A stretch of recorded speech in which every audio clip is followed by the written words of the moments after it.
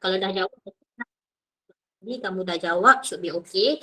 Kalau kamu belum jawab, tolong sediakan buku teks tingkatan 5 sebab tajuk bab 5 ni banyak subjek yang, banyak subjek pula, dia punya konten lebih kepada kita kena hafal dia punya bahan tambah, pengawet, contoh pengawet, contoh bahan tambah makanan, contoh bahan kosmetik. So kita banyak kena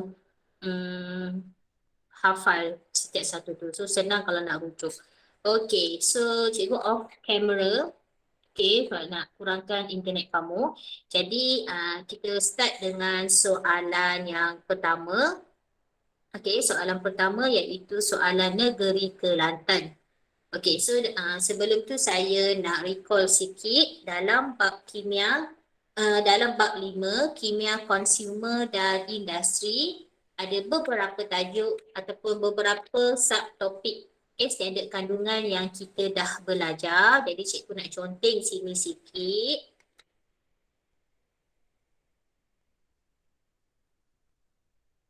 Saya nak conteng sikit. Saya rasa saya nak buat kamera lah. Makai data banyak tak kalau saya buat kamera data kamu? Tak kan? Kalau saya on camera, data saya je kan yang gunakan. Data kamu prefect ke?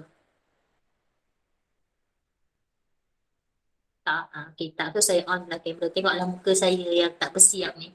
Okay, so kita tengok dekat sini. Okay, so dalam tajuk kimia consumer, okay, cikgu contoh kat sini kimia consumer, bab 5 dan industri.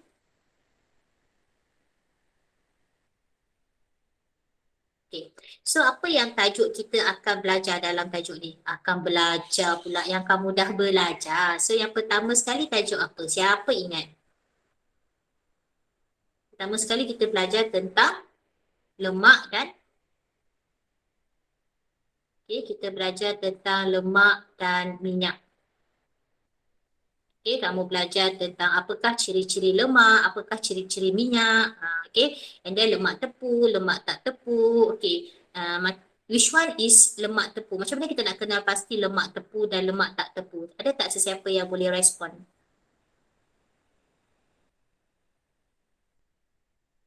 Macam mana kita nak kenal pasti lemak tepu dengan lemak tak tepu? Lemak tepu tu alkana. Ikatan. Betul. Lemak tepu tu adalah alkana sebab dia mempunyai ikatan tunggal. Yes, betul Misha. Dia ada ikatan tunggal. Lagi satu kita boleh cikgu tak kata semua tapi kebiasaannya lemak tepu ni sumber dia daripada sumber haiwan atau tumbuh-tumbuhan. Lemak tepu. Lemak tepu biasanya sumbernya adalah haiwan dan dia dalam keadaan pepejal pada suhu bilik. So, kamu boleh bezakanlah. Manakala minyak, minyak adalah lemak tak tepu. Minyak adalah lemak tak tepu yang mana dia mempunyai ikatan ganda 2. Dan biasanya minyak ni dia daripada sumbernya daripada tumbuh-tumbuhan. Boleh tak kita nak tukar daripada minyak kepada lemak? Boleh tak cikgu nak tukarkan daripada minyak jadi lemak ataupun lemak tak tepu menjadi lemak tepu? Misha jawab boleh. Alice pun jawab boleh. Apakah nama proses penukaran lemak tak tepu kepada lemak tepu? Siapa ingat proses dia?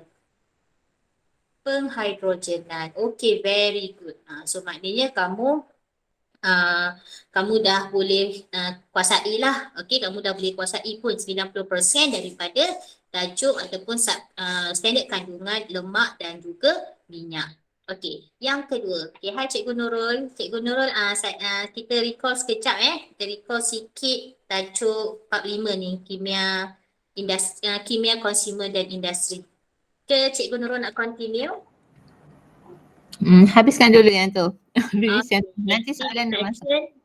Nanti discussion kita Cikgu Nurul akan take over. And then yang kedua, standard kandungan yang kedua, kita belajar tentang apa dalam kimia consumer dan industri ni? Kita belajar tentang bahan pencuci.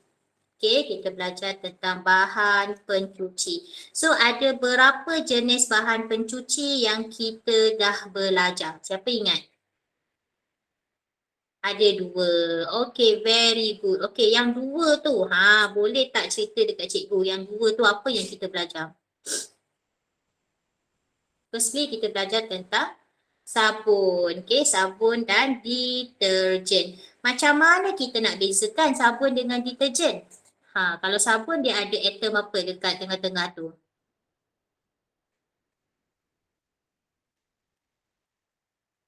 Kalau dia bagi formula struktur, okay, contoh kalau cikgu bagi formula struktur dia adalah macam ni.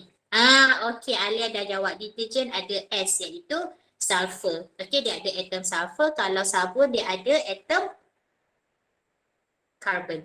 So kalau kita lihat daripada formula struktur, macam mana kita nak bezakan struktur itu ataupun bahan pencuci itu adalah sabun dan deterjen. So kita lihat.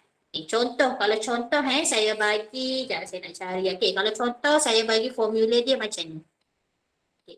So saya kata ni rantai panjang dia R, O, S, double bond O, O, H. So, ini adalah sabun atau struktur yang saya lukis ni, ini adalah sabun atau deterjen.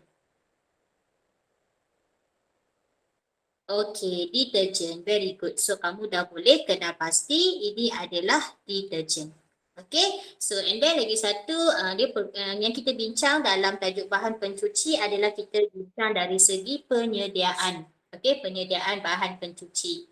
Okay, so kalau penyediaan sabun, proses penyediaan sabun, apa nama proses Cikgu Husna, penyediaan? Ya. gerak sekejap. Yang S double bond OO tu, OH ni dia bukan lagi deterjen, yang ni masih lagi asid. Sorry. Betul.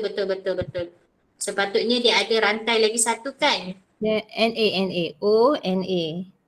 Betul. Sorry, itu adalah proses penghasilan. Dia adalah asid sulfonik yang kita nak hasilkan deterjen. Okay, betul kan? Na, betul. Saya tersalah. Okay, thank you Cikgu Nurul.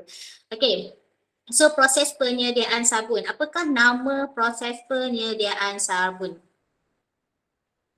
Saponifikasi. Okay, betul. Okay, so proses penyediaan deterjen. Okay, deterjen ni biasa dia ada dua proses. Apa proses penyediaan deterjen? So, saya nak tulis sekejap saponifikasi dekat sini. Proses dia saponifikasi. Okay, kalau deterjen. Okay, ada dua proses. Yang pertama adalah pensulfonan. Yang kedua, pensulfonan atau pensulfatan. Dia ada dua, pensulfonan atau pensulfatan alkohol. Okay, yang kedua proses dia adalah peneutralan. Okay, very good. Okay, so dari segi keberkesanan pencucian sabun dan deterjen dalam air liat, yang mana lebih berkesan? Yang mana lebih berkesan? Deterjen. Okay, yes, betul deterjen. Sebab deterjen dia tidak akan menghasilkan kekat di dalam air liat. Apa yang dimaksudkan dengan air liat?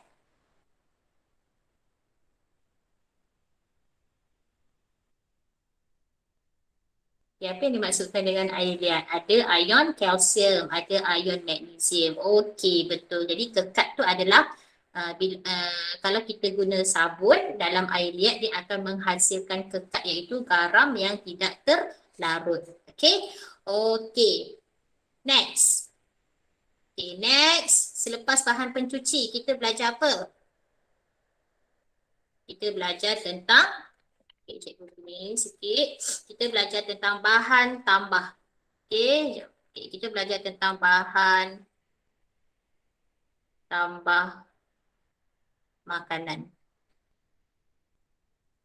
Okay, so saya jadikan bahan tambah makanan ni dekat atas.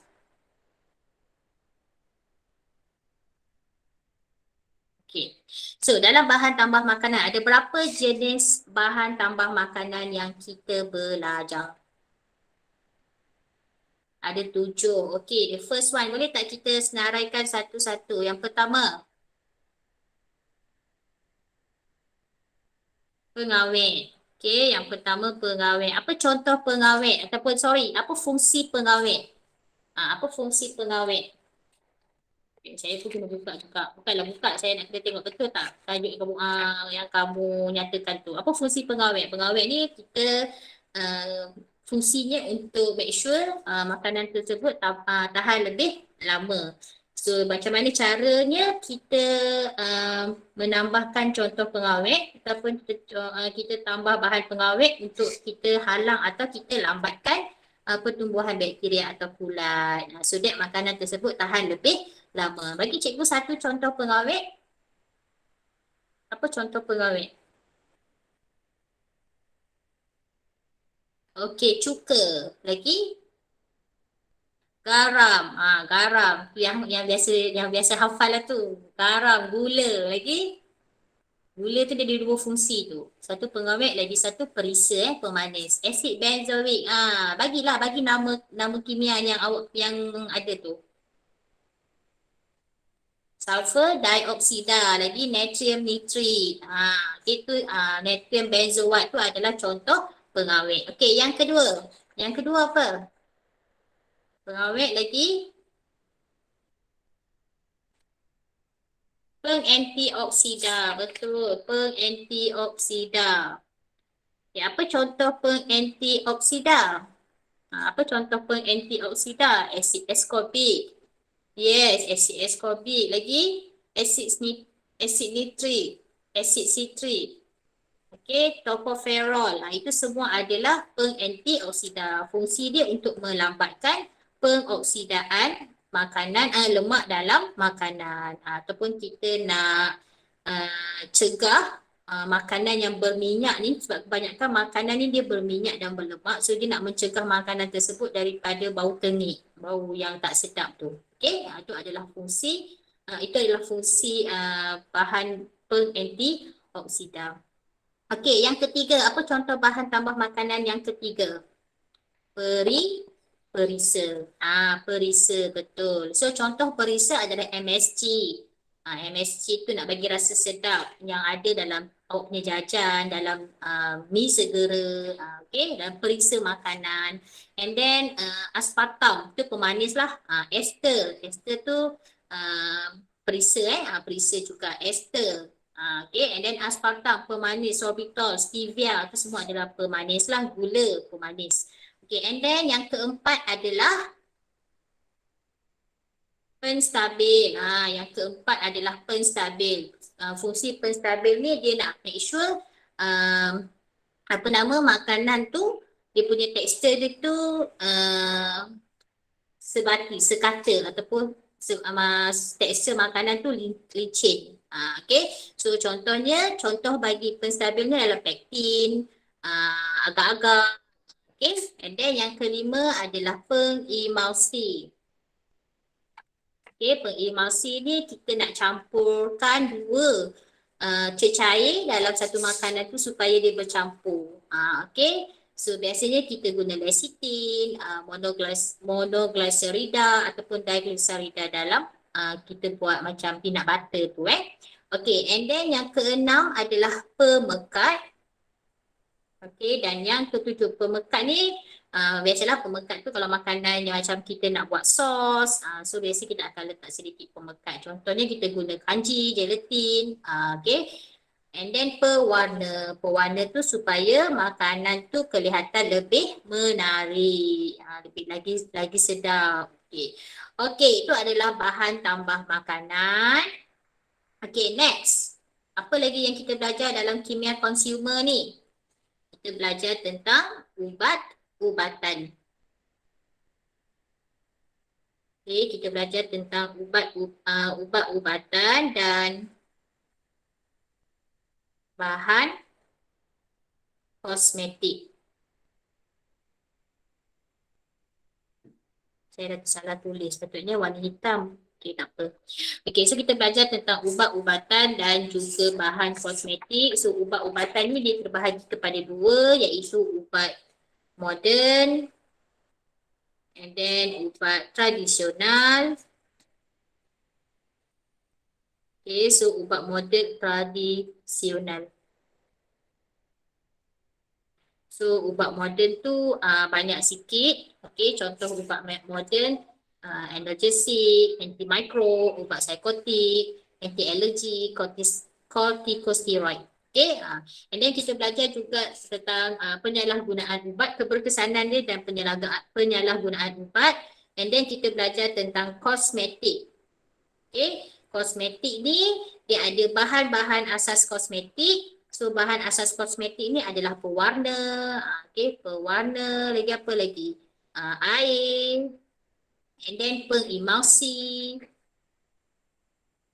and then apa? Pemekat. Itu semua kena ingatlah pemekat, pewangi, and then pelembab. Itu semua ada contoh-contoh dia pengawet. Itu semua adalah contoh-contoh bukan contoh bahan asas, itu adalah bahan asas kosmetik dan setiap bahan asas kosmetik ni adalah dia ada contoh-contoh dia. So sebagai contoh pemekat dalam kosmetik glycerin. So, sebenarnya sama je, lebih kurang sama dengan, dia akan lebih kurang je. Contoh itu sama dengan bahan tambah makanan tadi. Okay, alright. And then kita belajar tentang apa lagi dalam bab 5, kita belajar tentang aplikasi nanoteknologi dalam industri.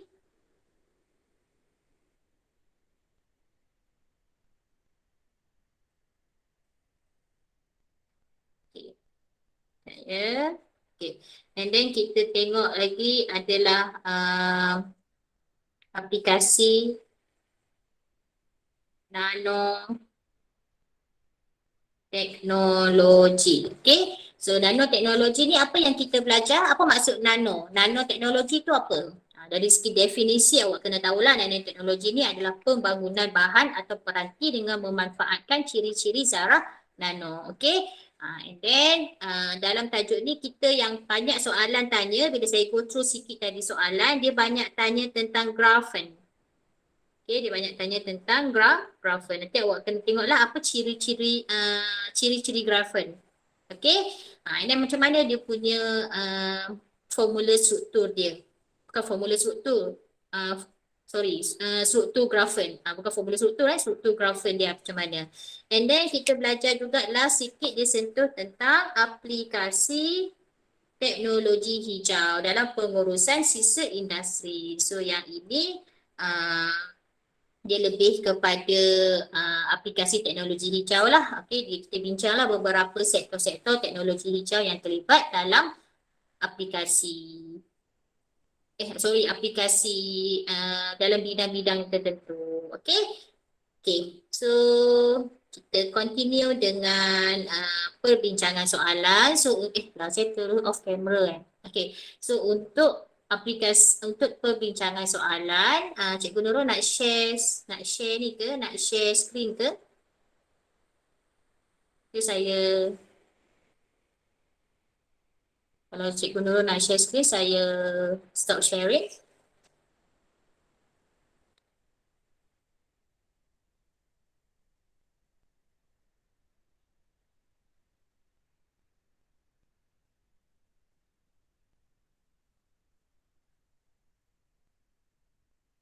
Cikgu Nurul ada? Okay, tak apa. Mungkin Cikgu Nurul ada masalah talian. So, Cikgu sambung sikit. Nanti kalau Cikgu Nurul dah okey talian dia, Cikgu Nurul akan continue. Okay, so kita lihat soalan yang pertama kita nak bincang hari ni. Okay, ada yang nak screenshot ke yang tadi ni, yang Cikgu lukis-lukis tu?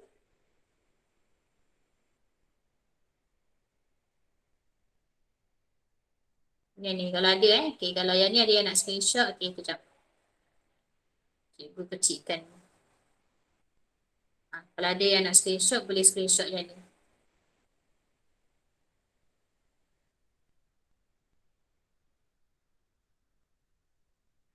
Okay.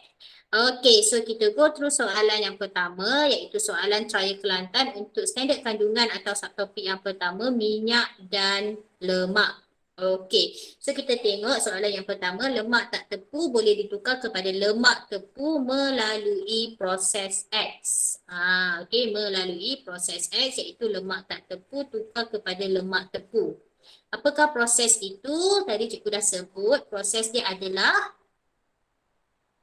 apa? A, penghidrogenan. Betul. Okey. Okey, next soalan Kedah. Okey, soalan negeri Kedah, soalan tanya, yang manakah betul tentang lemak dan minyak? So, kita go through 1, 2, 3, 4. Yang pertama, lemak dan minyak merupakan ester. Betul tak dia adalah ester? Betul. Okey, yang kedua, lemak dan minyak diperolehi daripada sumber haiwan. Betul tak? Kedua-duanya daripada sumber haiwan. Salah. Sepatutnya haiwan dan tumbuh-tumbuhan. So, pernyataan yang kedua itu adalah salah. Okey, yang ketiga, lemak ialah pepejal dan minyak adalah cecair. Betul tak? Lemak pepejal, minyak cecair. Betul. Alia jawab betul. Cia pun jawab betul. Okey, yang keempat, lemak tak tepu boleh ditukar kepada lemak tepu melalui proses pengoksidaan. Betul ke? Salah kan? So sepatutnya salah, sepatutnya dia adalah okey,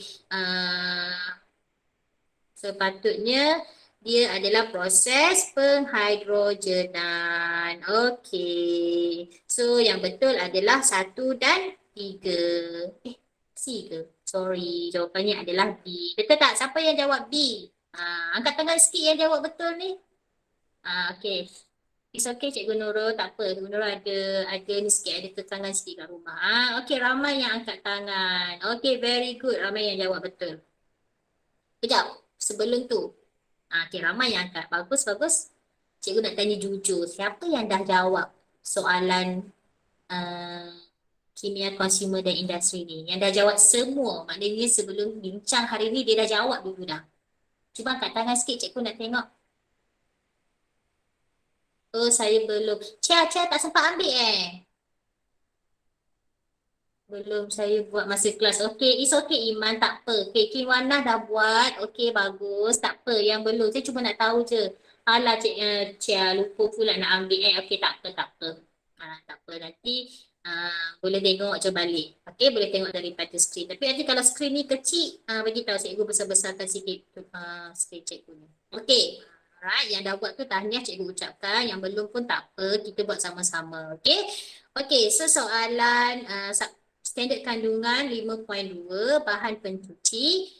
Okey, so dikata kat sini soalan Johor, Rudy telah mencuci baju dengan menggunakan air telaga. Tetapi kesan kotoran masih ada. Okey, jadi antara berikut pernyataan manakah yang paling tepat? Dia nak pernyataan paling tepat menerangkan situasi itu. Okay, so kita tahu kalau ada kesan kotoran masih ada tu, tapi dia tak mention kan dia guna air, dia guna sabun atau deterjen, betul tak? Dia tak mention pun dia menggunakan sabun atau deterjen, tapi dia cuma mention dekat sini menggunakan air telaga. Okay, so A, dia kata terdapat ion kalsium dan ion magnesium dalam air telaga. Macam logik kan? So kita tik je dulu, right? Macam logik, so jangan abaikan lagi soal jawapan A. Okay, B, menggunakan kuantiti deterjen yang sedikit. So salah lah. Okay, kuantiti deterjen tu sebenarnya tak efek sangat. Okay, C, kewujudan garam tak terlarut. Kewujudan garam tak terlarut tu yang menyebabkan kotoran tu masih ada, macam betul. Okey, D, air telaga terlalu sejuk. Memang tak ada kaitan lah. So, antara A dengan C. Antara A dengan C, kamu rasa yang mana paling tepat jawapan dia? Air telaga ni ada, air telaga ada ion kalsium dengan ion magnesium ke? Ramai jawab A atau C, A. Tak.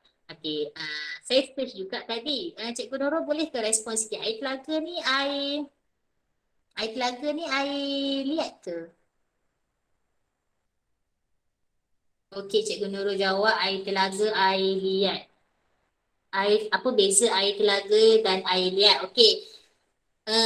Air telaga Air telaga contoh bagi air liat. Okey, contoh bagi air liat. Tapi dekat sini, okey, air telaga adalah air liat.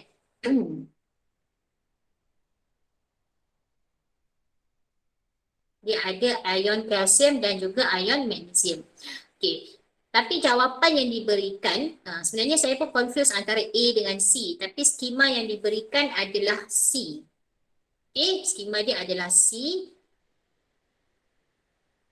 So kemungkinan saya fikir logiknya di sini sebab dia kata dia tak nyatakan dia menggunakan deterjen atau sabun. Okey, tapi saya fokus on kotoran masih ada. So pernyataan yang paling tepat untuk menerangkan situasi kesan kotoran masih ada walaupun Rudi apabila Rudi membasuh ataupun mencuci baju dengan menggunakan air telaga, jadi yang paling tepat, pernyataan yang paling tepat adalah ada garam tak terlarut dekat baju tersebut. That's why kesan kotoran tersebut masih ada. Okay, that's why dia punya justifikasi kenapa jawapannya adalah C. Okay. Okay. Next, ada soalan tak nak tanya untuk soalan yang Johor ni?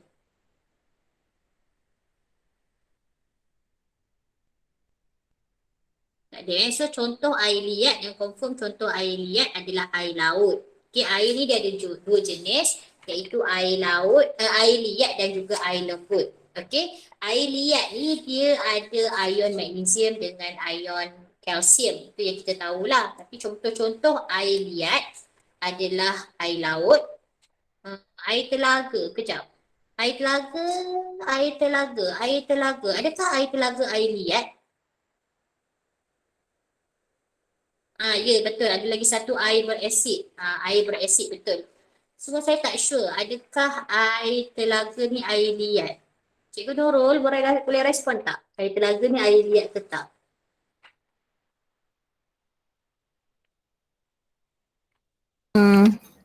Lebih kepada air liat. Air telaga lebih kepada air liat. Okey.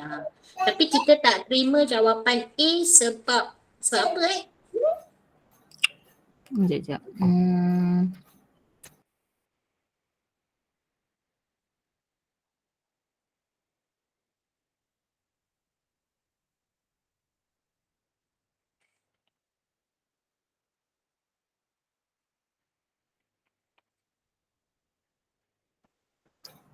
Okey, maksudnya bila membentuk kekat, kekat tu merupakan garam tak terlarutkan.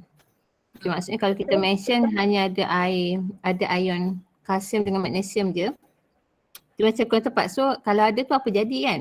Maksudnya macam tu. Jadi bila ada ion kalsium magnesium dia membentuk garam tak terlarutkan yang kita panggil sebagai kekat. Okey. Alright, thank you Cikgu Nurul. So jawapan yang lebih tepat sebab ada garam tak terlarut. Tapi kalau dalam pilihan jawapan tersebut tiada pilihan jawapan kewujudan garam tak terlarut, maka kita pilih A. Okey, boleh jelas ke penerangan Cikgu dan Cikgu Nurul? So kita anggap air telaga ni adalah air liat. Okey, boleh Cikgu tak faham. Okey, Misha. Bahagian mana Misha tak faham? Okey, Cik apa sama tak faham. Okey, tak apa. Yang tak faham tu sebab apa jawapan dia C ke? Jawapan dia kenapa A? Jawapan dia C, Misha. Jawapan kita ni C. Bukan A. Sebab soalan jawapan kenapa C. Okey, kenapa jawapan C bukan A? Okey, sebab cikgu kecilkan sikit. Okey, sebab dekat soalan dia tanya antara pernyataan berikut yang manakah paling tepat untuk menerangkan situasi ke atas. Okey, situasi di atas dia tak nyatakan. Okey, dia tak nyatakan Rudi ni dia guna sabun atau deterjen. Okey. Okey, yang kedua dia menyatakan dia menggunakan air telaga tapi kesan kotoran masih ada. So kotoran ini merujuk kepada apa? Kotoran ini merujuk kepada garam yang tak terlarut. Ada garam yang tak terlarut dekat baju tersebut. Sebab tu kotoran tu masih ada. Okay, alright. So, kenapa cikgu tak pilih A? Sebab jawapan C lebih tepat. Sebab jawapan C tu merujuk kepada kotoran yang masih ada. Okay, so jawapan A tu betul, terdapat ion kalsium dan ion magnesium dalam air telaga tu betul. Cikgu tak kata salah statement tu, tapi dia tak menerangkan tentang pernyataan dalam soalan. Okay. Maksudnya soalan tanya fokus untuk kotoran tersebut jadi kotoran. Apa benda? Jap. Cikgu baca sekali jap. Okey, maksudnya soalan tanya fokus untuk kotoran tersebut ke. Jadi kotoran terhasil sebab garam tak terlarutkan. Yes, betul. Betul. Kotoran tu terhasil sebab ada garam tak terlarut dekat baju tersebut. Kalau tanya reason baru A. Okey, kalau dia tanya kenapa masih ada kotoran, baru kamu boleh jawab kerana adanya ion kalsium dan ion magnesium dalam air telaga, so that bahan pencuci tersebut akan bahan pencuci tu mesti sabun lah, baru sabun tu dia akan bertindak balas dengan ion tersebut membentuk kekat. Kalau dia tanya reason, baru kita boleh bagi jawapan A. Okay, saya berharap penjelasan tadi tu jelas dan kamu boleh fahamlah untuk situasi ini. Okay, next soalan negeri Perlis. Seorang kanak-kanak telah tertumpah kuah kari. Okay, telah tertumpah kuah kari di atas bajunya. So, kotoran itu sangat sukar ditanggalkan setelah dicuci dengan sejenis deterjen. Okay. Jadi dia mesti ada tambahlah bahan tambah mana yang perlu ditambah dalam deterjen baru bagi memastikan kotoran itu dapat ditinggalkan. So dalam kita tengok kalau buku teks kamu tengok dalam muka surat 176, okey. So ada beberapa bahan tambah yang boleh dimasukkan dalam deterjen untuk meningkatkan keberkesanan deterjen. Okey. Jadi kita tengok satu-satu. Kalau protis ni adalah contoh bagi bahan tambah yang mana?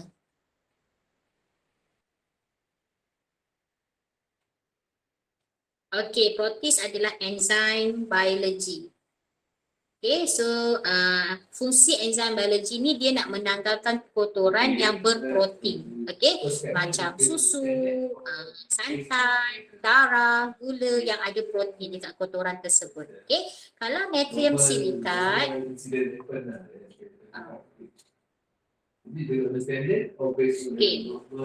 kalau natrium silikat dia ada apa? Natrium silikat dia adalah ejen pengering. Okay, dia ejen pengering. Tolong tulis sikit dekat pilihan jawapan tersebut. Okay, and then natrium karbonat. Natrium karbonat apa? Yang mana satu natrium karbonat?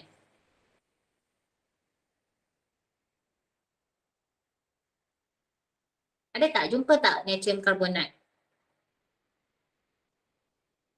Tak. Tak ada. Apa fungsi natrium karbonat dalam bahan tambah dalam deterjen?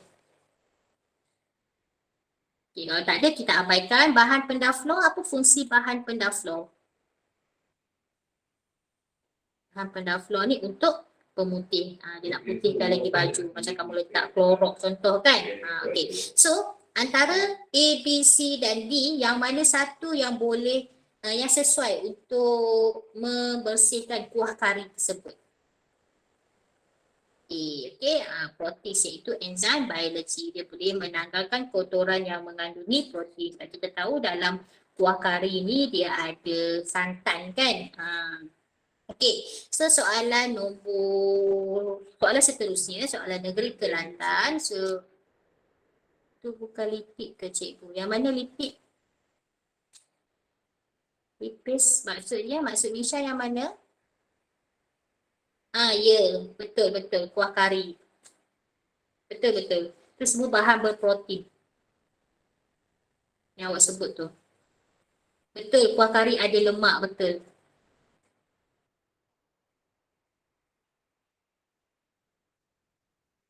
Okay, so nak menanggalkan lemak tu kita memerlukan uh, protein bukan untuk protein. Okay.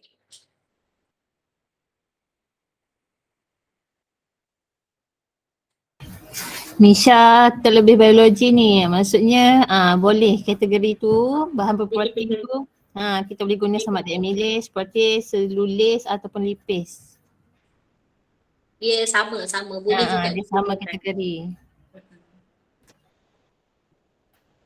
Okay. Okay, so soalan Kelantan.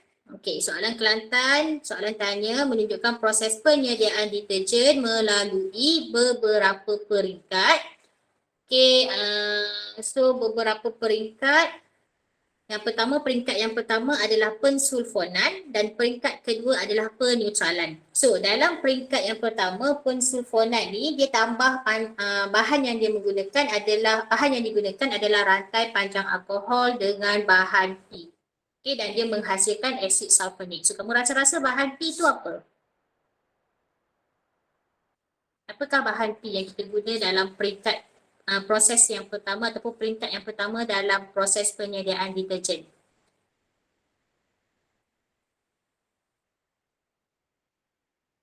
Okay. So bahan P, bahan P adalah asid sulfurik kalau kita tengok. So rantai panjang alkohol akan bertindak balas dengan asid sulfurik, dia akan menghasilkan asid alkil, sulfonik dan juga air. And then pada peringkat yang kedua, dia tambahkan hasil yang terhasil pada peringkat yang pertama tu, iaitu asid alkil sulfonik, dia tambah dengan bahan Q. So bahan Q ini, ingat kalau peneutralan, ya betul, kalau contoh yang dia bagi pensulfonan adalah alkil benzoic. Okay, sekejap saya check balik. Okey, biasanya dia menggunakan alkil benzoic, alkil benzena, tapi kita refer je pada soalan dia nyatakan. So soalan ni dia menggunakan rantai panjang alkohol. Sepatutnya rantai panjang alkohol ni bukan proses pensulfonan kan, sepatutnya proses pensulfatan alkohol. Tapi mungkin ada errata lah kot pada soalan ni. Okey, mungkin ada errata pada soalan peperiksaan ni. So kita rujuk kepada soalan ni. Kat sini ni maksudnya tadi ni bukan pensulfonan tapi kemungkinan pensulfatan alkohol kan Cikgu Nurul? Kalau ikut pada bahan yang dibagi tu dia adalah pensulfatan alkohol. Sepatutnya ni Mungkin pensulfatan ada alkohol errata. ni. Mungkin ada errata, betul. Okey, so kita boleh, tapi tak apa, dia tak menjejaskan lah, sebenarnya dia tak menjejaskan jawapan kita Okey, tapi betul lah tu yang Syah tanya tu, sepatutnya dia adalah bahan yang dia guna bukan alkohol rantai panjang tapi adalah alkil benzena kalau pensulfonan. Okey. So bahan Q kalau peneutralan mestilah asid dengan alkali. Jadi di kat sini mesti alkali. So antara pilihan jawapan A, B, C dan D, yang manakah merujuk kepada bahan P dan Q? Okey, A. Okey, betul. Okey, so untuk soalan seterusnya, kita sambung dengan Cikgu Nurul. Boleh Cikgu Nurul? Sekejap ya. Husna nak share screen tu macam mana? Cikgu Nurul nak share screen pun boleh. Lebih mudah kot. Itu macam mana? Boleh. Boleh. Nak share screen. Alright, saya stop sharing sekejap. Okay. Sekejap ya. Bising tak? Dengar bising tak kat sini? So far tak. Ada lagu-lagu mendayu sikit kat belakang tu. Okey, soalan Kedah soalan nombor 28, betul?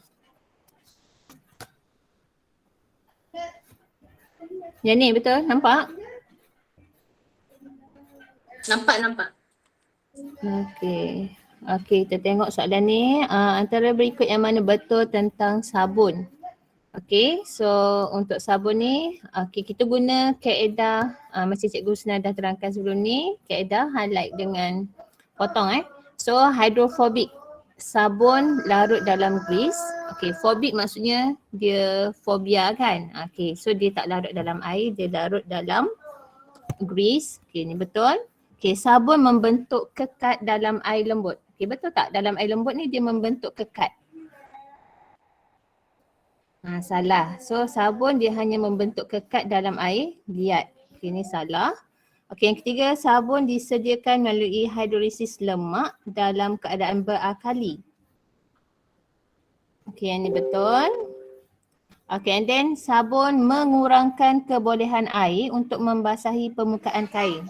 Okey, yang ni sepatutnya sabun dia meningkatkan kebolehan air untuk membasahi permukaan kain. Okey, so jawapan yang tepatnya adalah B. Okey, 1 dan 3. Okey, ada soalan tak untuk soalan 28? Tak ada Okey, cikgu teruskan dengan soalan Selangor. Okey, antara berikut yang mana merupakan formula struktur bagi deterjen? Okey, deterjen, ingat kat kepala dia mesti ada S. Okey, patutnya S tu untuk sabun tapi sebaliknya untuk formula struktur bagi deterjen, key dia kita pegang dekat kepala dia ada S. Okey, so antara A dan B. Okey, C ni dah salah. Dia adalah asid karboksilik. Okey. D ni RC double bond OONA. Okey, yang ni sabun. Okey. Okey, antara A dengan B, yang mana lebih tepat untuk formula struktur bagi deterjen? Okey, ada kata B, ada kata A. Okey, so kena ingat deterjen tu dia ada jenis garam juga kan? Okey, so kat sini ada beza antara H dengan Na. Okey, dan yang paling tepatnya adalah B Okey, sebab yang S tu dia masih lagi belum jadi deterjen. Okey, boleh? Okey, seterusnya. Yang ni basic sahaja. Mengapa natrium klorida digunakan dalam penyediaan sabun? Okey, natrium klorida ni bahasa biasa kita panggil sebagai garam. Okey, kenapa kita guna garam dalam penyediaan sabun? Maaflah tulisan ni lama tak masuk sekolah. Okey, antara A, B, C, D. Okey, yang mana jawapan yang tepat? A, mengurangkan keterlautan sabun. Okey. Okey, betul. Mengurangkan keterlarutan sabun. Okey, kalau melembutkan sabun betul ke?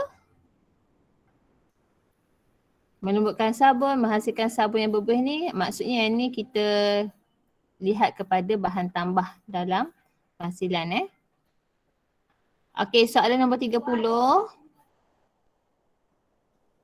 Okey, Raja menunjukkan pemerhatian ke atas tindakan pencucian oleh deterjen. Okey, dia macam soalan tadi, ada kotoran kuah kari.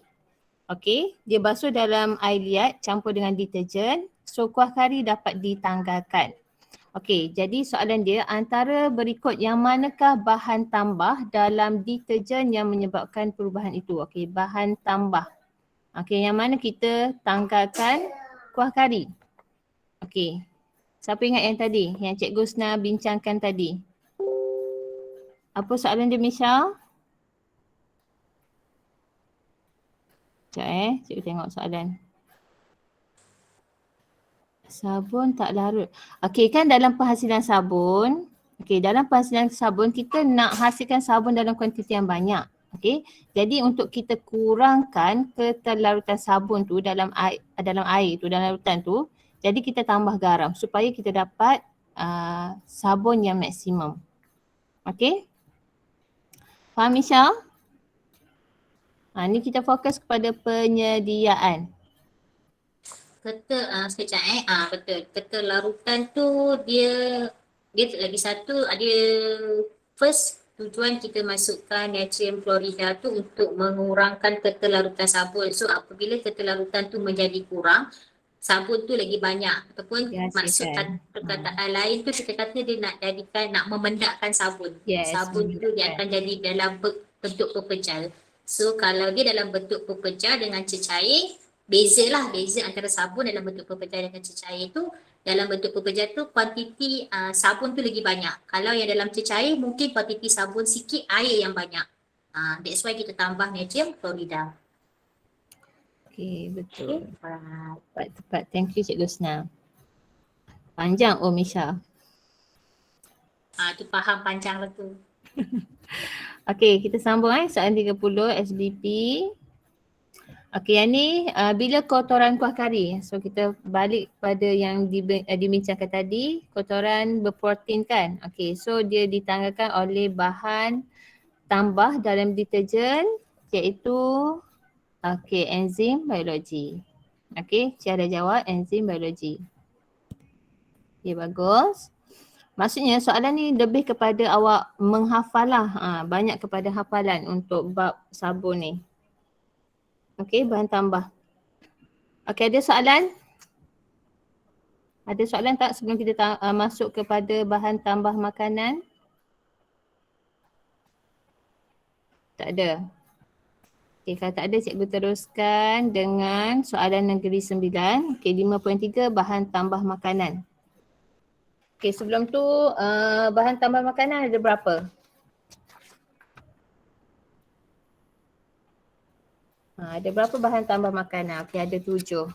Okay, mungkin dah dibincangkan dengan Cikgu Husna tadi. Okay, jadi dikata antara bahan tambah makanan berikut yang manakah digunakan untuk memekatkan jam? Okay. Kalau tengok pektin ni kumpulan apa? Bahan tambah apa? Cuba refer buku teks muka surat 177. Okay. Ramai jawab pemekat. Okay, sebenarnya kalau refer kepada buku teks, dia lebih kepada penstabil. Okay. Misha cakap penstabil. Kenapa pen cikgu ni tak dekat? Okay, untuk aspartam. Aspartam ni lebih kepada kumpulan apa dia? Aspartam. Okay, perisa, bagus. Okay, natrium nitrit. Dan juga natrium nitrat dia sama. Natrium nitrit, natrium nitrat. Okay, pengawet. And then untuk D, monoglycerida.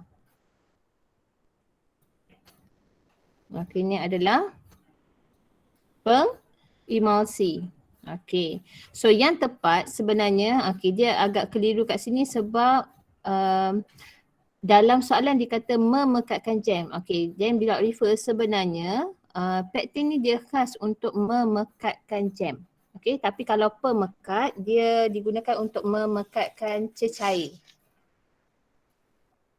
Okay, untuk pemekat dia memekatkan cecair. Contohnya dalam sup ataupun sos. Okay.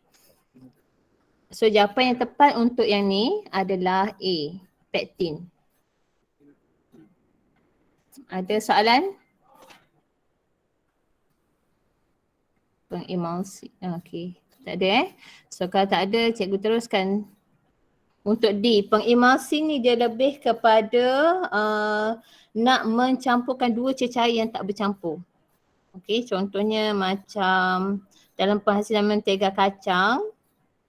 Okay, ataupun dalam coklat. Mungkin ada macam kadang air dengan lemak dia tak bercampur kan. Okay, jadi untuk kita stabilkan, jadikan makanan kita dalam tekstur yang baik. Okay, dia kena campur dengan pengemulsi ni lah.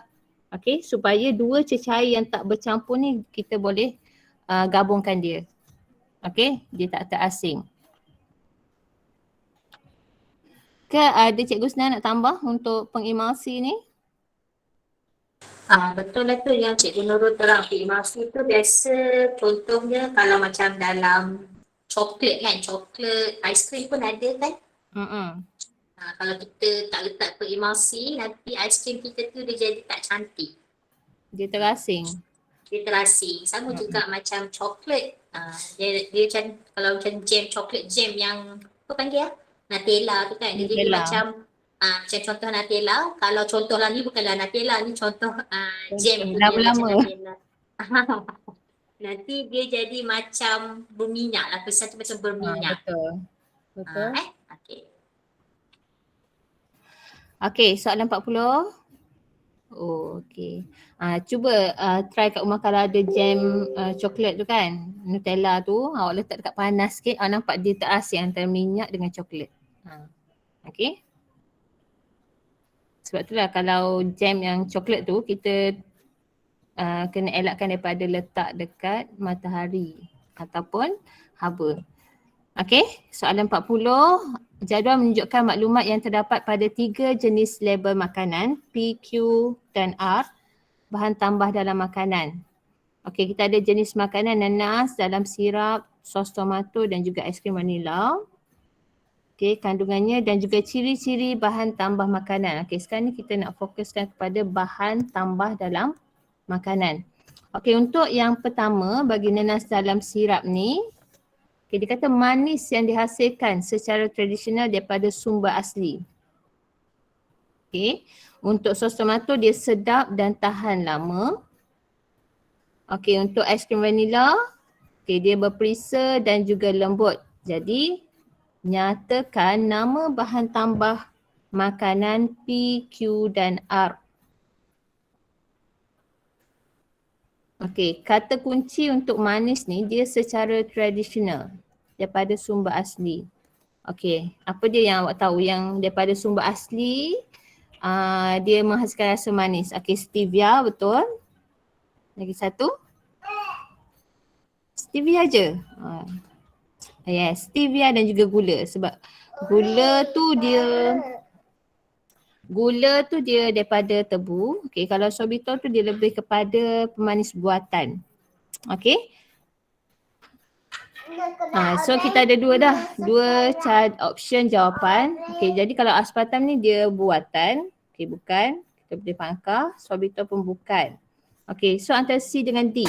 Tengok pula yang untuk sos tomato, sedap dan tahan lama. Yes, gula semua jadi sebab dia daripada tebu.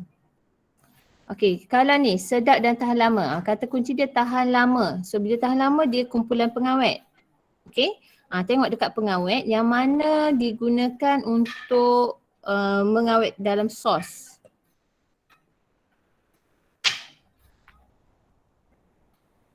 Yes, asid benzoik. Okay, kalau asid ascorbic ni dia vitamin apa?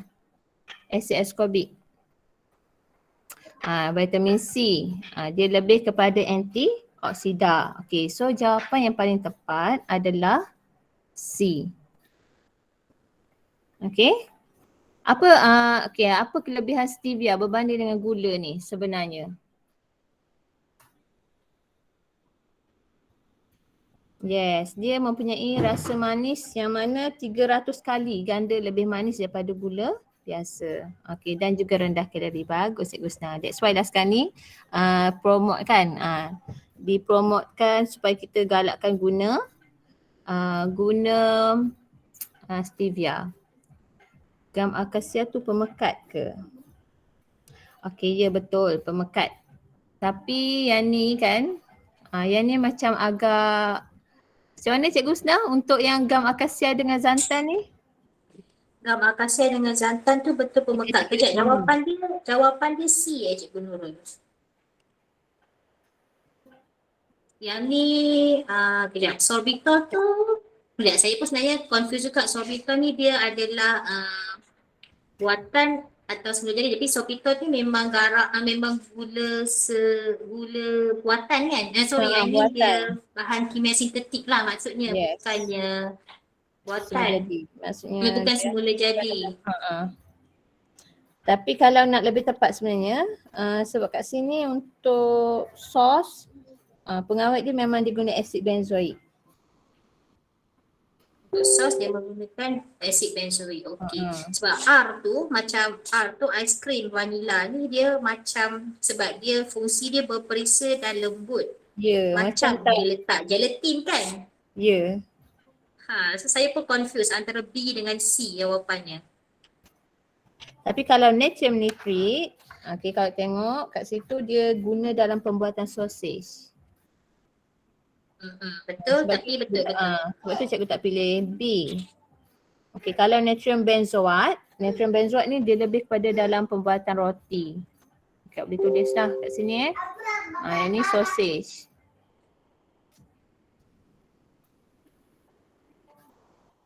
Okay, so kita terima jawapan adalah C. Okay, C. sebab betul aspartam dengan sorbitol tu memang pemanis buatan. Sebab dalam soalan dia menyatakan manis yang dihasilkan secara tradisional daripada sumber semula jadi. So kita boleh potong siap-siap lah A dengan B tu. Okay. Kalau D tu memang dah salah lah sebab asid ascorbic tu dia bukan untuk pengawet. Dia adalah antioksida. Okay, betul? Terlanjur form. Okay. Ada soalan lain? Tak ada Okay, maksudnya untuk dalam kimia industri dia lebih kepada kita menghafal kan? Betul tak Cikgu Husna? Apa tadi Cikgu Nurul? Sorry? Dia banyak kepada hafalan. Betul. Betul, kamu kena hafal and then kena banyak latihan latih tubi so that kamu boleh ingat. Betul? Sabar Misha sikit lagi nak kena hafal tu. Okay, seterusnya kita masuk kepada subtopik 5.4. Okay, ubat-ubatan dan juga bahan kosmetik. Okay, ubat ada berapa jenis ubat? Recall balik walaupun Cikgu Husna dah terangkan tadi. Ada berapa jenis ubat? 5. 2, okay bagus, iaitu ubat tradisional dan juga ubat moden. Okay, sebelum tu kena tahulah ubat tu apa maksud ubat. Okay, dia merujuk kepada bahan kimia yang diguna untuk membantu merawat ataupun mencegah penyakit. Okay, jom kita tengok soalan.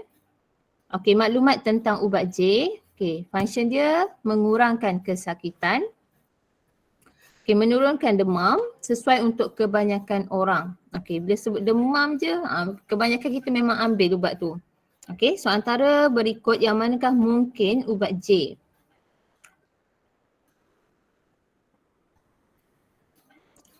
Okay, pandai. Semua memang ambil kan? Paracetamol. Okay, bagus. So jawapan yang tepatnya adalah C. Okay, kalau penicillin ni dia kumpulan ubat apa? Ubat moden jenis apa? Kalau kita sebut penicillin. Antibiotik. Betul tak antibiotik? Yes, betul. Antibiotik. Bukan. Antimicrobe. Tapi di bawah antibiotik. Okay, betul. Betul, antimicrobe pun betul. But antimicrobe tu dia macam pecah pada 3. Antibiotik, antiseptik dan juga disinfektan. Okay. Okay, soalan 30 tulis. Okay, Rajah menunjukkan sejenis tumbuhan yang dijumpai di kawasan kediaman. So, apakah fungsi tumbuhan itu sebagai ubat tradisional? Okay, ni pokok apa ni? Lidah buaya, aloe vera kan? Lidah baya. Lidah baya pun boleh. Okay, aloe vera. So, apa function aloe vera ni dalam perubatan tradisional, dalam ubat tradisional? Okay, A mencerahkan kulit, B merawat penyakit kulit, C menyingkirkan angin dalam badan.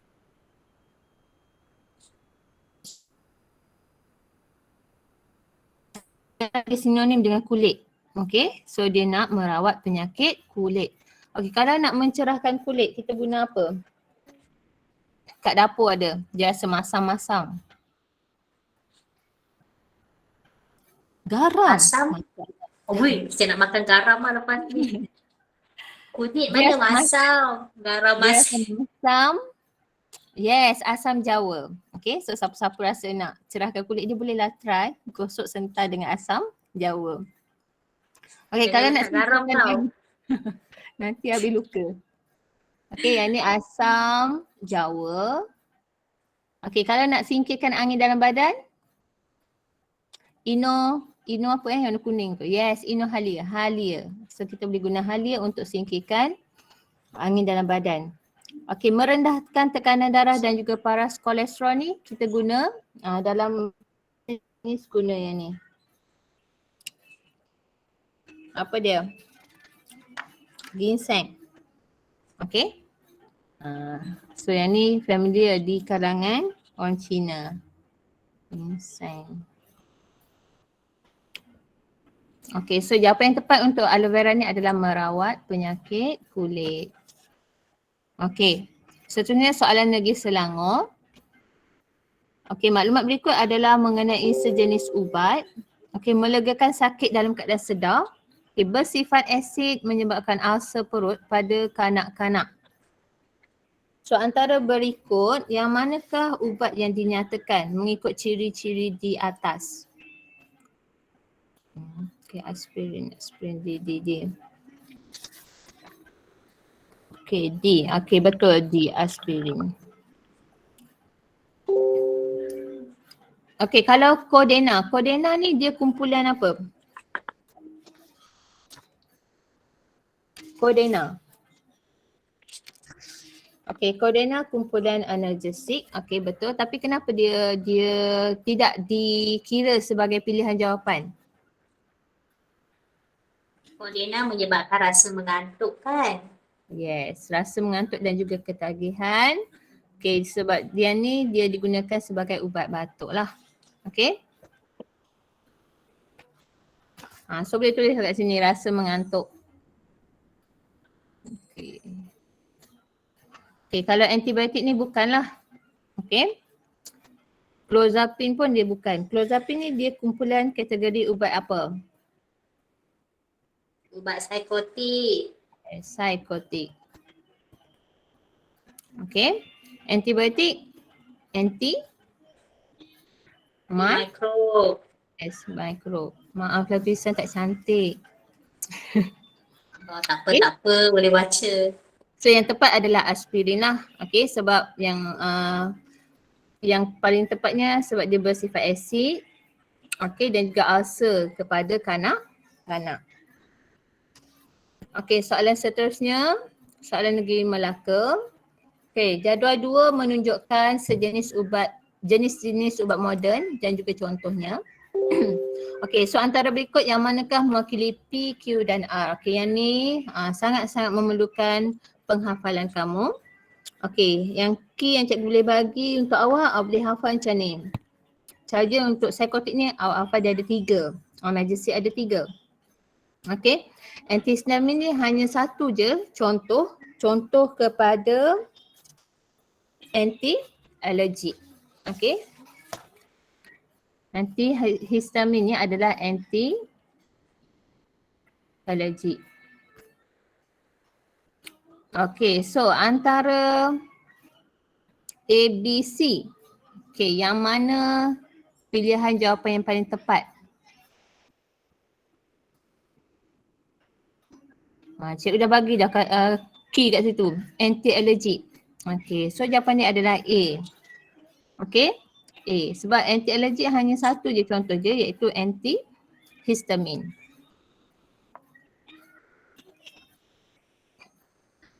Okey, ada nak tanya? Tak ada maksudnya kat sini kalau masih ada buku teks awak boleh refer buku teks muka surat 182, 183. Okey, soalan nombor 28 Negeri Melaka. Okey, Amsyah memakan sejenis ubat yang diberikan oleh doktor apabila dia mengalami gastrik. Okey, so antara bahan berikut yang manakah terkandung dalam ubat tersebut? Okey, gastrik ni berlaku disebabkan oleh apa?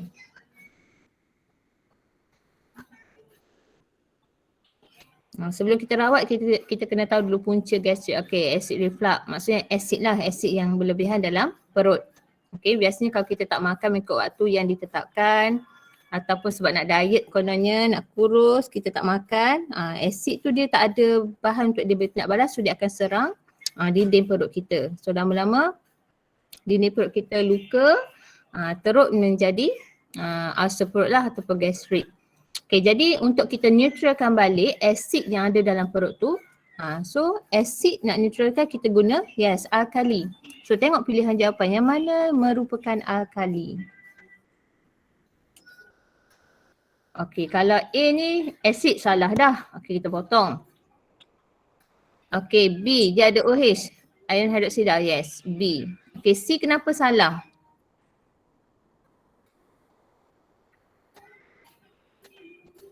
C kenapa salah? Yes, C sebab dia asid salah. Okey, D kenapa dia salah? Kenapa D salah? Alkali ke D? Yes, sebab D ni adalah garam. So garam, dia tak boleh meneutralkan asid. Okey, so jawapan yang tepat adalah magnesium hydroksida. Okey, boleh? Amonium sulfat misalene. Alkali mesti ada ion hydroksida. Amonia baru alkali. Larutan amonia barulah dia alkali. Okey, so ni adalah garam. Okey. Soalan Negeri Terengganu. Okay, Rajah 6 menunjukkan sejenis ubat yang digunakan untuk mengurangkan rasa sakit. Okey, so antara berikut yang manakah merupakan kesan sampingan ubat ini? Okey, so kat sini dia mengurangkan rasa sakit. Okey, so bila sebut mengurangkan rasa sakit, automatik otak awak mesti pergi ke jenis ubat moden apa?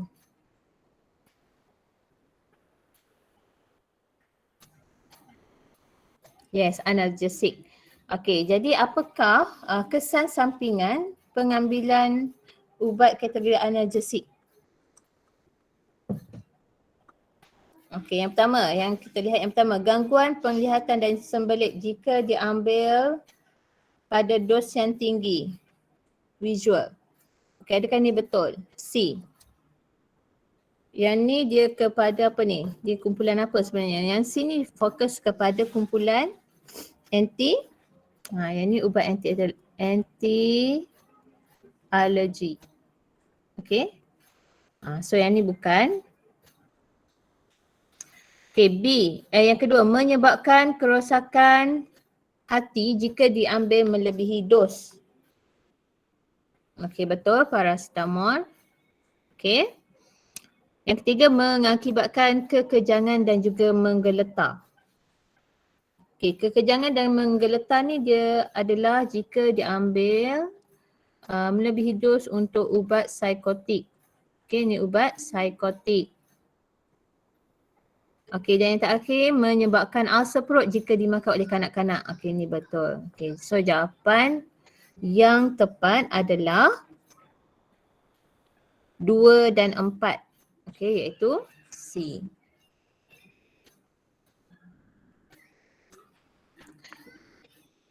Okey, maksudnya untuk awak kuasai yang ni memang awak kena banyak kali buat latihan objektif.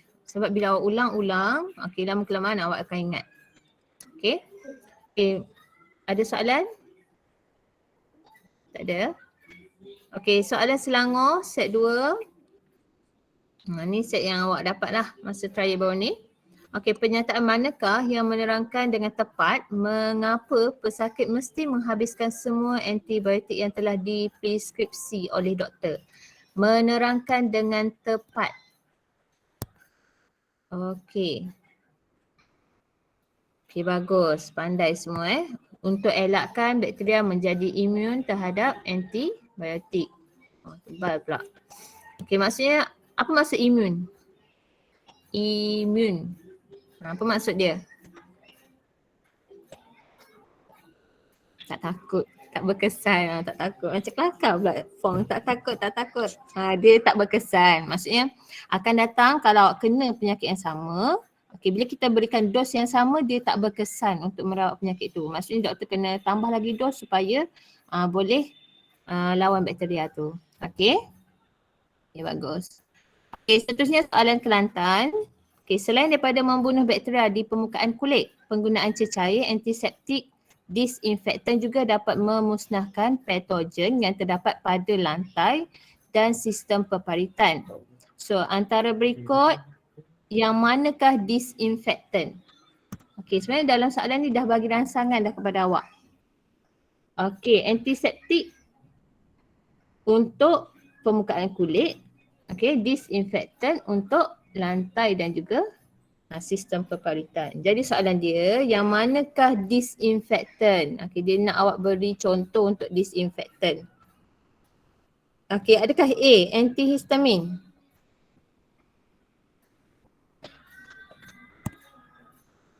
A, anti-alergi. Okey, salah. Okey, sebab dia anti. Tulisan cikgu teruknya. Okey, anti-alergi. Tulis kat dekat kertas awak tu. Okey, salah. B, clozapine. Kenapa salah? Salah ke betul? Sebab dia psikotik. Okey, so salah juga. C, ethanol. Ethanol betul ke salah? Alkohol. So jawapan tepat adalah C. Okey, D ni salah sebab dia kumpulan corticosteroid. Okey, dia steroid.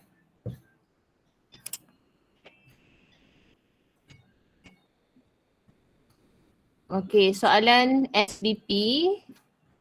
Okey, Puan Linda menggunakan kosmetik X pada wajahnya yang mengalami ruam dan iritasi.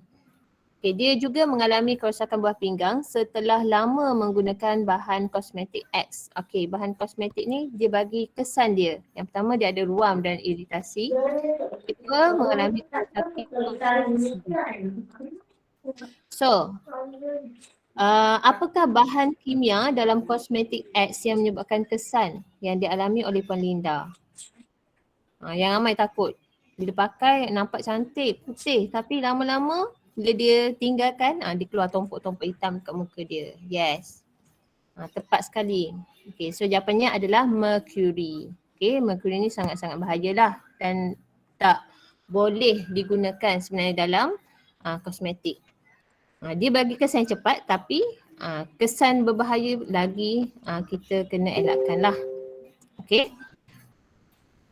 Ada nak tambah tak untuk yang ni? Okay, recall balik. So, jenis kosmetik ada berapa jenis yang awak kena tahu? Kosmetik ada berapa jenis? Yes, ada 3 iaitu kosmetik apa dia? Rias. Okay, rias. Lagi pewangi dan juga perawatan. Okay, perawatan dengan pewangi. Okay, so untuk rias ni dia lebih kepada untuk muka untuk muka. Untuk bagi muka cantik. So dekat muka biasa kita akan guna celak. Walaupun cakap tak guna celak. Apa lagi? Pemerah pipi, lipstick. Okay, itu semua adalah kategori kosmetik rias. Okay, kalau kosmetik perawatan, kita boleh tambah kat sini, dia lebih kepada yang untuk kita sapu-sapu dekat badan. Apa yang kita sapu dekat badan? Krim. Okay, krim pelembab. Okay, masker muka. Okay, itu adalah contoh kosmetik perawatan. Okay, dan pewangi biasanya awak guna 2 je lah. Pewangi sama ada deodoran ataupun minyak wangi. Okay. Ni tambahan nota sikit. Okay, Johor. Soalan Johor. Antara berikut yang manakah kesan sampingan mercury dalam produk rawatan kulit? Okay, ni mercury lagi. Okay, apa kesan dia? Sama, lebih kurang sama macam soalan SBP. Okay, yes. Jawapannya adalah A. Okay, kesan sampingan mercury. Jawapannya adalah A. Okay, soalan berikutnya, soalan negeri Kedah. Okay, antara berikut yang manakah menunjukkan pengelasan bahan-bahan kosmetik perawatan yang betul? Okay, macam cikgu sebutkan tadi. Okay, maskara. Maskara nombor 1, 2 atau 3? Nombor 1 tu rias, nombor 2 perawatan, nombor 3 pewangi. Maskara. 1, 2 atau 3? 1. Okay, so maskara salah, kita potong. Okey.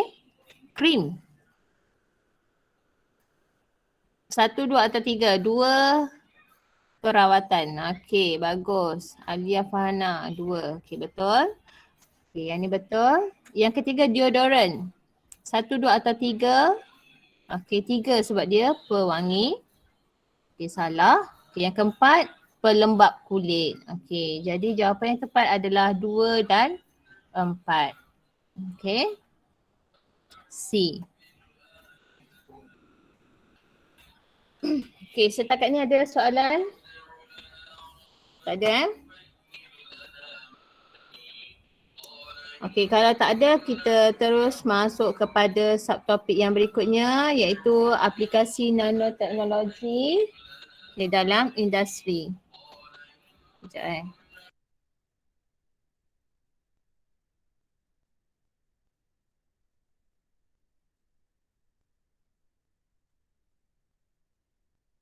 Kejap. Okey, yang manakah bukan satu ciri grafen? Okey, bukan. Okey, bukan Okey, maksudnya kat sini aku kena tahulah ada berapa ciri grafen yang perlu awak tahu. Ada berapa?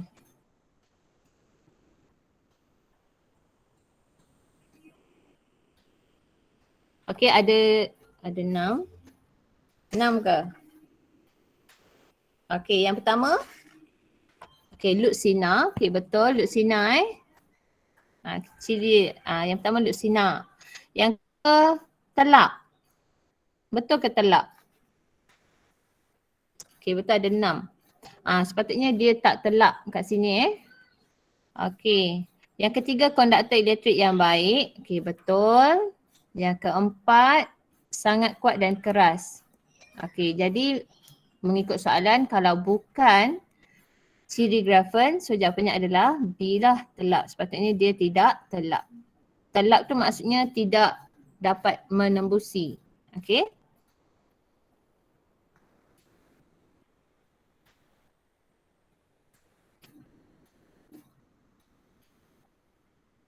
Okey, tahu tak apa itu grafen? Grafen tu apa?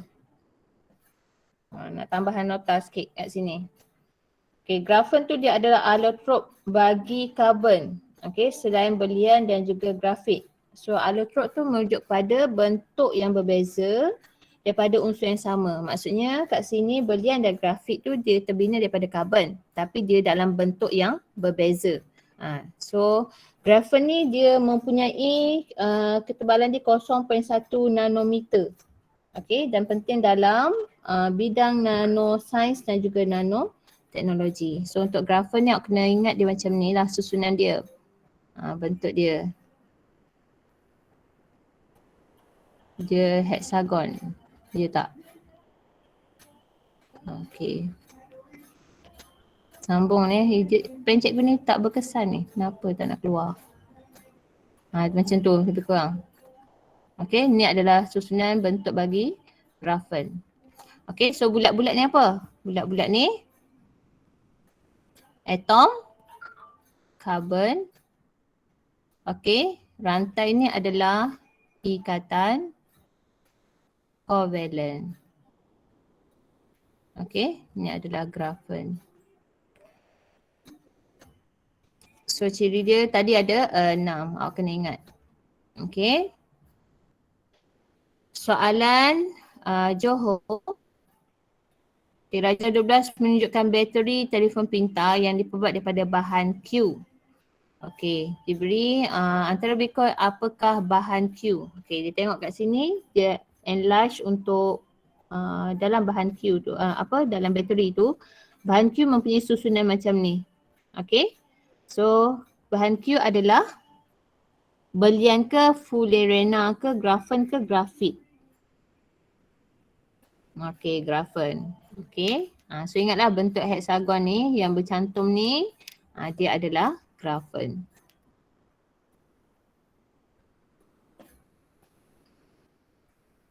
Okey, soalan Terengganu antara berikut manakah bukan sifat fizik grafen? Okey, masih lagi bukan juga. Okey, bukan. Okey, adakah grafen bersifat kenyal?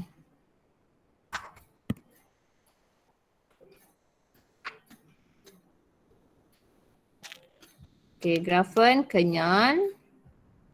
Okey, dia load sinar ke load cahaya ke legap? Okey, grafen bersifat load sinar. Okey, yang kedua grafen bersifat kuat dan keras. Okey, yang salahnya yang bukannya adalah penebat haba lah. Sebabnya sebenarnya grafen ni dia pengalih haba dan elektrik yang baik dan juga rintangan elektrik yang sangat rendah. Okey, bila rintangan elektrik yang sangat rendah maksudnya dia boleh mengalihkan arus elektrik dengan sangat baik. Okey, so yang bukan sifat fizik grafen adalah penebat haba. Okey, SBP. Perkembangan grafen membuka lembaran baru dalam bidang nanoteknologi. Okey, pelbagai aplikasi sedia ada dapat ditambah baik atau diganti dengan grafen yang mempunyai ciri-ciri unggul dan istimewa. So antara berikut, yang manakah betul tentang sifat fizik grafen? Okey, A bersifat tidak telap. Okey, B keras tetapi rapuh. C penebat elektrik. D penebat haba. Okey, pandai. Bagus jawapannya A. Kenapa B salah? Keras tetapi rapuh. Kenapa salah? Sepatutnya keras dan sepatutnya yang ni keras dan kuat. Okey, keras dan kuat. Sebab tu dia salah. Sebab dia kata rapuh. Rapuh ni menyebabkan dia salah. Okey, soalan yang subtopik yang terakhir 5.6, aplikasi teknologi hijau dalam pengurusan sisa industri. Okay, bagus keras dan kuat tu sebenarnya ciri bagi grafen. Okey, Raja 11. Okey, ni soal hebat. Okey, dia panjang. Biasanya pelajar kalau tengok soal panjang ni mesti kata susah. Tak sebenarnya. Okey. Dia bagi rangsangan kepada jawapan yang dipilih. Okey, Raja menunjukkan satu situasi yang berlaku di Johor pada tahun 2019 sebagai ahli biokimia yang terlibat dalam pengurusan sisa dan air sisa. Apakah kaedah teknologi hijau yang paling sesuai mengatasi kejadian yang sama daripada berulang lagi? Yang ni dia pengurusan sisa dan air sisa. Okey, A, penggunaan alatan dan teknologi cekap tenaga. B, menggunakan bahan api alternatif untuk operasi industri. C, penggunaan bakteria untuk mengurai bahan berbahaya. D, memperketat tindakan undang-undang terhadap pesalah. Okey, dah ada jawapan. Jawapannya C. Okey, sebab sekarang ni kita tengok kepada pengurusan air sisa. Okey, kalau kita pilih D tu terhadap orang. Okey, sekarang ni benda dah berlaku, so apa cara kaedah untuk kita overcome masalah ni? Okey, so dia menggunakan bakteria nak uraikan bahan berbahaya. So untuk tambahan nota kat sini awak kena tahu air sisa ada berapa kategori? Air sisa ada berapa? Air sisa ada 3 Okey, air sisa domestik daripada rumah-rumah kita ni. Okey, kemudian ada air sisa air larian storm water.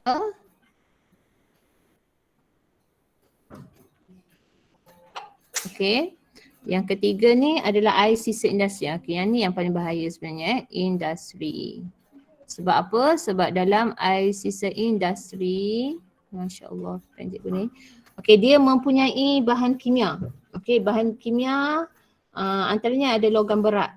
Okey, logam berat tu arsenik, merkuri dan juga plumbum. Okey, jadi logam berat ni dia sukar untuk terurai secara biologi. Jadi kita kena buat R&D untuk atasi masalah air sisa ni. Yang terbaiknya adalah menggunakan bakteria. Okey, kalau awak perasan, kalau awak baca buku teks untuk muka surat 193, kaedah olahan lesapan. Okey, tapak pelupusan kat sini dia guna proses elektropenggumpalan. Okey, sedikit untuk awak ambil info proses elektropenggumpalan. Tulis proses elektropenggumpalan. Okey, sebenarnya dalam proses elektropenggumpalan ni dia aplikasi kepada proses elektrolisis. Okey, elektrolisis. Okey, kat sini dia aplikasi elektrolisis. Lepas tu bahan sisa tu dia akan membentuk gumpalan. Okey, istilah ni kena tahu juga. Okey, gumpalan bahan pencemar. Okey, gumpalan bahan pencemar ni kita panggil sebagai apa? Siapa tahu?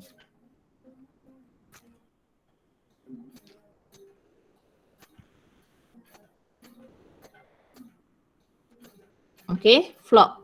Okey, so gumpalan bahan pencemar ni lah yang kita akan asingkan daripada air dirawat. Okey. Just untuk tambahan kepada awak. Okey, soalan soalan terakhir dan dia tersesat sedikit sebenarnya di bawah kosmetik kan yang ni? Betul? Okey, pasangan Kosmetik. kosmetik. Betul, dia tersalah masuk tu. Tersesat kat belakang. Okey, pasangan manakah yang dipadankan dengan betul? Okey, kalau pewarna, adakah contoh pewarna dia minyak pati? Okey, minyak pati ni sebenarnya dia apa dia? Bahan asas kosmetik tu apa dia? Ada 7 bahan asas kosmetik. Banyak kena hafal, 7. Okey, bahan asas kosmetik. 7 asas kosmetik. Tadi nak wangi kan? So yang pertama dia ada pewangi. Okey, lagi ada apa? Nak bagi warna-warna pipi? Yes, pewarna.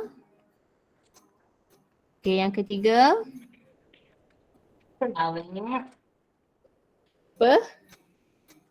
pengawet. Okey, bagi tahan lama.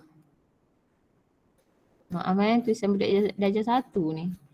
Okey, yang Comel yes, cantik peluru tu. air sebab menggigil ya, tengok dia tak nak bekerjasama. Okey, air untuk dia melarutkan bahan kosmetik kita. Okey, yang kelima ada pelembab. Bagus, betul. Yang keenam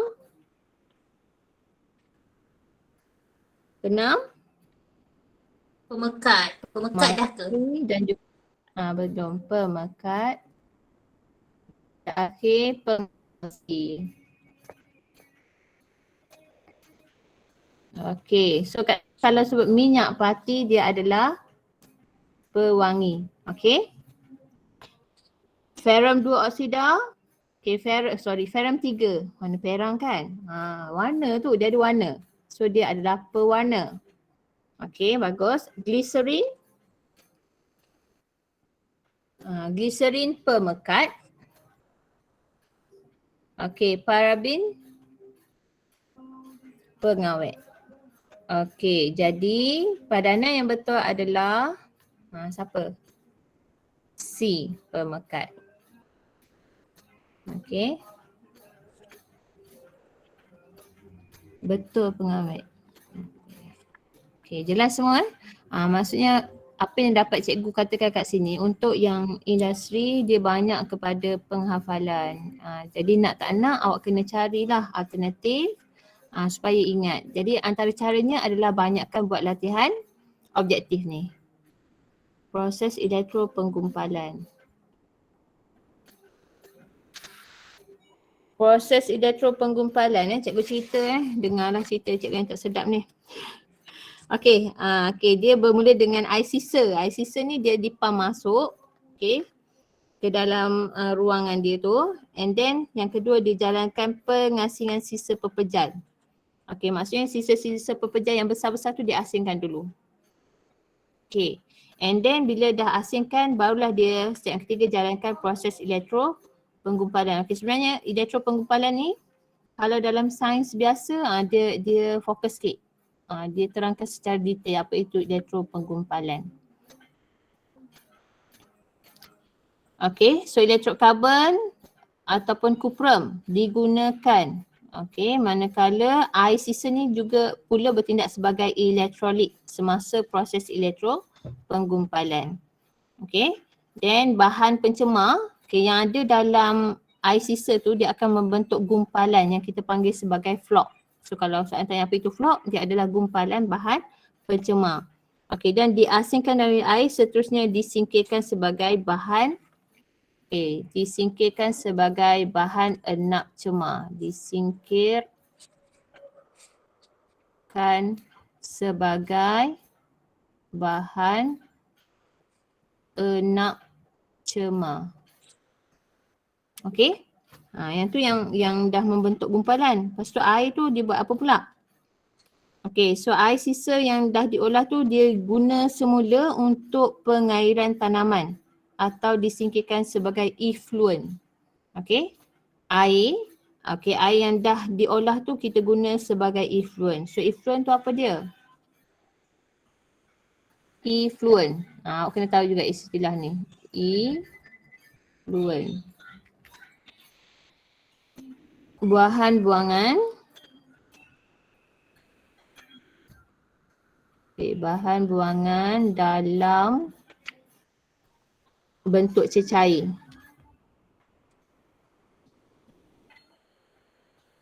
Cecair yang dialirkan ke dalam sistem peperitan.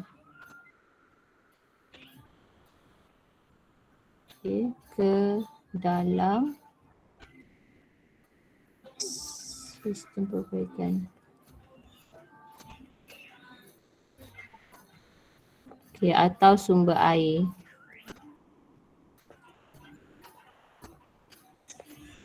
Kan cikgu dah rosak kot ni. Okey. So istilah yang kena tahu, effluent tu dia adalah air sisa yang diolah, yang digunakan semula untuk pengairan tanaman ataupun kita alihkan dalam sistem peperitan. Ada soalan tak? Yang kedua Cikgu Sna dah share dah. So boleh tengok juga dekat link yang Cikgu Sna share. Untuk lebih detail lah kefahaman kamu tentang elektropenggumpalan. Cikgu rasa kita dah habis untuk kompilasi tingkatan 5. Cikgu Sna, untuk next kita nak bincang soalan mana? Itulah. Untuk tingkatan 5 je dah habis. Tingkatan 4 belum. So kamu nak bincang tajuk mana? Bab 4. Hari Ahad, plan saya esok Jumaat dengan Sabtu tak boleh buat kelas pagi.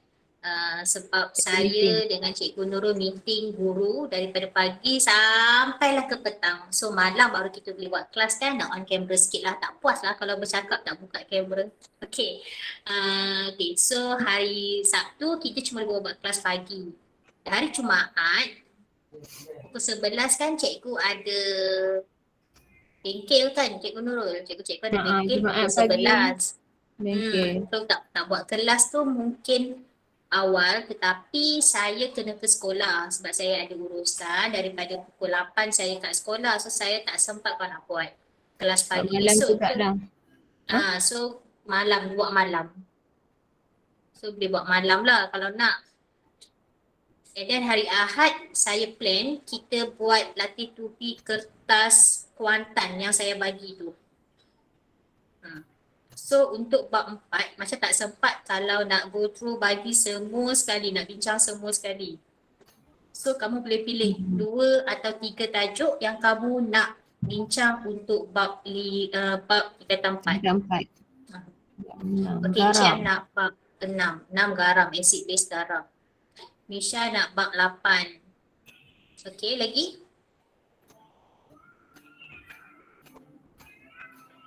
Tapi kamu buatlah, kamu buat kompilasi yang tingkatan 4 tu kamu buat. Sebab cikgu tak nak share jawapan lagi. Sebab bila share jawapan, kamu tak cuba buat sendiri, kamu tak dapat tau, kamu tak faham. So kamu cuba buat, nanti saya atau Cikgu Nurul akan share jawapan sama ada hari Sabtu boleh kot kita share jawapan kan Cikgu Nurul? Hari Sabtu. Hari Sabtu lah. Kita share jawapan. Hari Sabtu share jawapan so aku boleh semak balik semua. Pastikan kamu buat semua soalan. Dalam tu ada beratus soalan tu tingkatan 4. Tingkatan yang tingkatan 5 ni pun kalau kita dah tengok bincang semua soalan, sebab soalan tu dia tak ikut susunan kan. Ada hampir 200 soalan kalau tak salah saya yang kita dah buat soalan kertas 1. So dia sangat membantu kamu lah untuk jawab kertas 1 dan teori tu juga. Sekejap cikgu check betul-betul kita dah ada 154 soalan yang kita dah jawab sampai hari ni, sampai last soalan yang Cikgu Nurul paparkan ni. Itu sebanyak 154 soalan yang kita dah jawab sebenarnya, soalan objektif. So cikgu sangat berharap boleh tingkatkan kefahaman kamu untuk silibus tingkatan 5. Okay. Untuk tingkatan 4 so kamu pilih. So tadi dah ada bab 6. So saya rasa boleh kot tajuk acid base garam tu. Kan Cikgu Nurul? Boleh. Acid base garam kita boleh bincang malam ni kot. Malam ni kita ada satu sesi lagi, tapi malam ni ada baca ayat Yasin untuk murid Islam. So kita start lepas isyak boleh tak? Kita start lepas isyak. Pukul berapa tu? Isyak sekarang pukul... Buat juga kan? Itu macam mana? Biasa baca ayat Yasin tu habis 8.30 kan? Ke nak mula 8.30? 8.30. Dari situ kalau solat siap-siap. 8.45. Isyak 8.45 baru masuk isyak. Lepas isyak lah Boleh kita sama. Boleh. Non-Muslim boleh ke kalau kita mula lepas isyak takmin dalam pukul 9 kan Cikgu Nurul?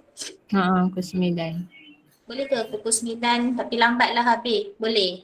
So kamu petang ni ada kelas AdMax hari ni. Ya betul form hari ni. Hari ni kita mula lambat sikit. Saya akan record. Yang ni saya off record dulu sebab kita dah masuk discussion.